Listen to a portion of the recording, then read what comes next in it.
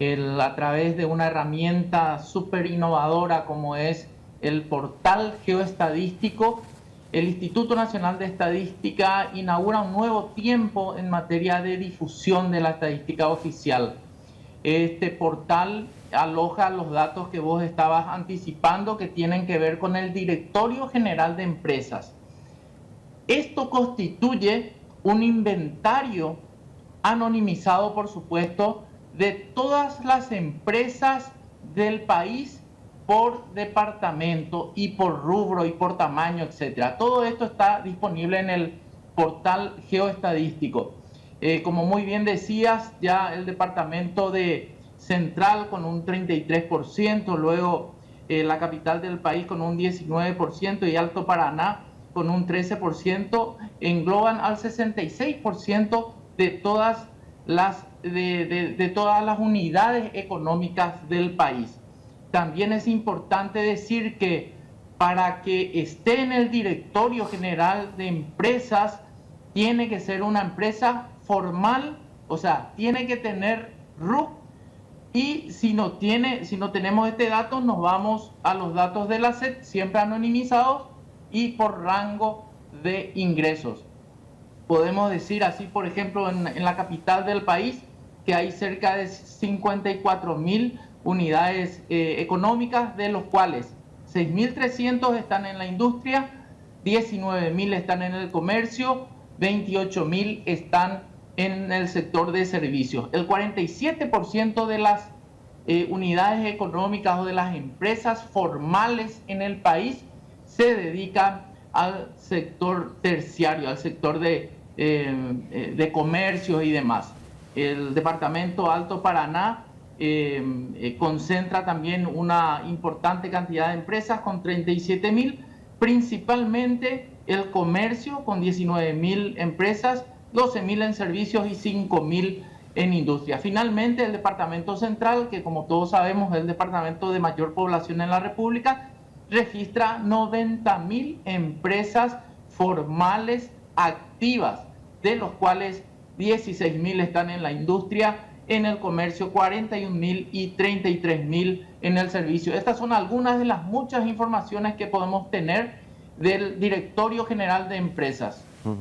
Iván, cuando hablamos de estas empresas económicamente activas en estos 3 territorios, decías, el comercio es el principal rubro al que se dedican. ¿Está cuantificado o porcentajes por lo menos de población masculina o femenina que participan de estas empresas o como colaboradores en estas empresas? Ese tipo de información podemos conseguir a partir de la encuesta permanente a hogares, donde vemos que existe un componente importante de mujeres, principalmente en el comercio. En la parte de la construcción y demás, la mano de obra es más masculina. Igualmente en los sectores primarios también la mano de obra siempre tiende a ser más masculina. Pero hay muchas comparaciones que podemos hacer y podemos hablar de los ingresos, por ejemplo, Javier. Una persona ocupada promedio en el Paraguay tiene un ingreso mensual de 2.700.000 guaraníes. Si es varón ocupado, tiene un ingreso promedio de 3 millones de guaraníes. Y si es mujer, tiene un ingreso promedio mensual de 2.300.000. Esto evidencia una brecha todavía importante de 700.000 guaraníes entre los ingresos de mujeres versus hombres o hombres comparado a las mujeres. Otro dato interesante es que las mujeres necesitan prepararse más tiempo para ganar los salarios o los ingresos que tiene un hombre o un varón con menor formación. En promedio, la encuesta permanente a hogares también nos cuenta que una mujer tiene 10,5 años de estudio, cuando el varón está por debajo de 10 años de estudio. Entonces, estas son algunas de las muchas informaciones, que podemos encontrar en esta nueva herramienta que ponemos a disposición de la gente para que conozcamos juntos el Paraguay a un clic de distancia. Iván, en otros términos, las mujeres tienen menos condiciones o están en desventaja ante los hombres cuando hablamos de la paga por el trabajo que realizan? Sí, se evidencia una diferencia entre hombres y mujeres en cuanto al ingreso, pero también vemos un mayor empoderamiento, Javier, de las mujeres. Hoy las mujeres son una parte importante de la fuerza laboral del país y también vimos, o estamos viendo con los datos que arroja el censo, una caída en la fecundidad de las mujeres.